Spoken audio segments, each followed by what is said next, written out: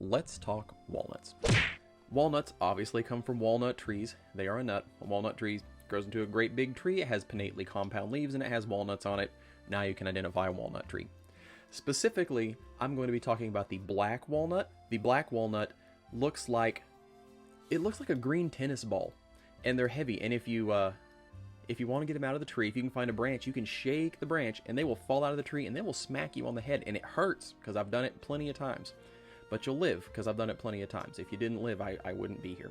Misnomer, black walnuts start out green, but that green hull around the nut will rapidly start to break down, decompose, oxidize, and it turns black. And it will stain your fingers brown for weeks. It's used as you can dye shirts and fabrics and stuff with it. It's very, very, very effective. And if you get it on your thumbnail, it's going to be there until that thumbnail grows out for months. But I did an experiment. See, people will tell you all the different ways that you need to get that hull off, and they'll say, oh, you need to do it before it turns black because it's going to make the taste of the nut foul, or it's going to make it go rancid, and so you have to get it off. So I thought, I've left the hull on until it's black plenty of times, and sometimes I'll leave the nuts just outside because it's cold in the fall and the winter. I'll leave them outside until the hull just breaks down completely off of the nut. But I thought, I need to do an experiment. I need to know for sure. So what I did, last year I gathered just a few walnuts and I brought them inside and I let the hull turn black. I let it dry out and I just left them in the corner of a room off to the side, out of mind. And now here we are, spring just around the corner, and I thought it's time to break these bad boys open. So the first obstacle that I encountered, which I didn't actually anticipate, was that the hulls had hardened. But that was easy to overcome. I just took a hammer and just kind of lightly tapped around it and they flaked off real easy.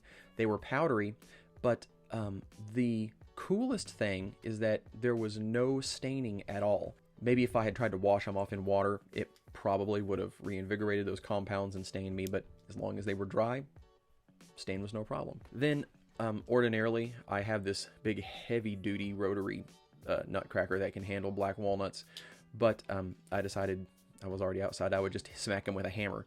And so the first time it just flew apart because that's what always happens because I'm not any good at it, because I always use the rotary nutcracker. I don't have to be good at hitting it with a hammer. The nut meat inside was still, it looked good, but I hadn't eaten it at this point. So then I wrapped it in a wash rag to hold all the pieces and smack, smack, smack, and it breaks apart and then all the pieces are held there. You don't get shrapnel. The downside is this absolutely destroys whatever rag you put it in, and now I owe my wife a new dish towel. But the results of the experiment, the nut meat was not affected at all by the hull turning brown, by the hull sitting on it all winter. Nothing happened. So if you ask me, the idea that leaving the hull on, that you have to get the hull off immediately, if you ask me, that's a myth. I don't think that it affects the inside of the nut at all. My theory about this is what happens is people get store-bought walnuts, the English walnuts, and they have a much milder flavor. And so they say, I like walnuts, I'm going to go out and harvest some walnuts. But maybe where they grow, they have black walnuts. So then there's like, there's this big hull. Maybe they don't get to them for a few days, and the hulls will turn black pretty quickly.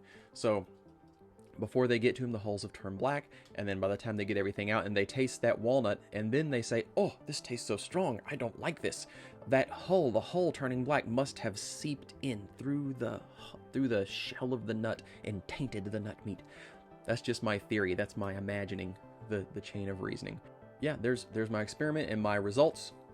I proclaim ye go forth and harvest walnuts, and then leave them, hulls and all, until you're ready to deal with it. Even though they're a headache to deal with fresh, apparently they're super easy to deal with if you let the hulls dry or just leave them outside in cool weather and let the hulls rot off, and then the nut will be good through the winter as long as that shell is intact. And then you can break them at your leisure, and they're a really good survival food. They have a lot of calories. They're higher in fats. Hope that's helpful for somebody. If you like this kind of rambly nonsense content, if you want to support the channel, you can go over to Patreon. Link is somewhere, and you can You can throw some money at me because that's so much fun. You'll just enjoy watching me dance in the money, and I have such a big smile. It makes everybody feel so good, especially me.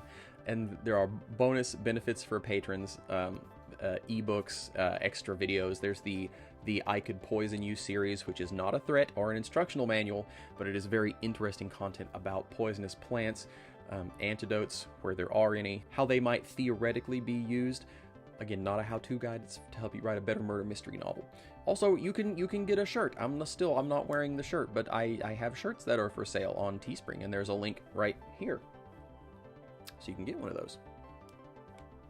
Thanks for watching the video. Bye.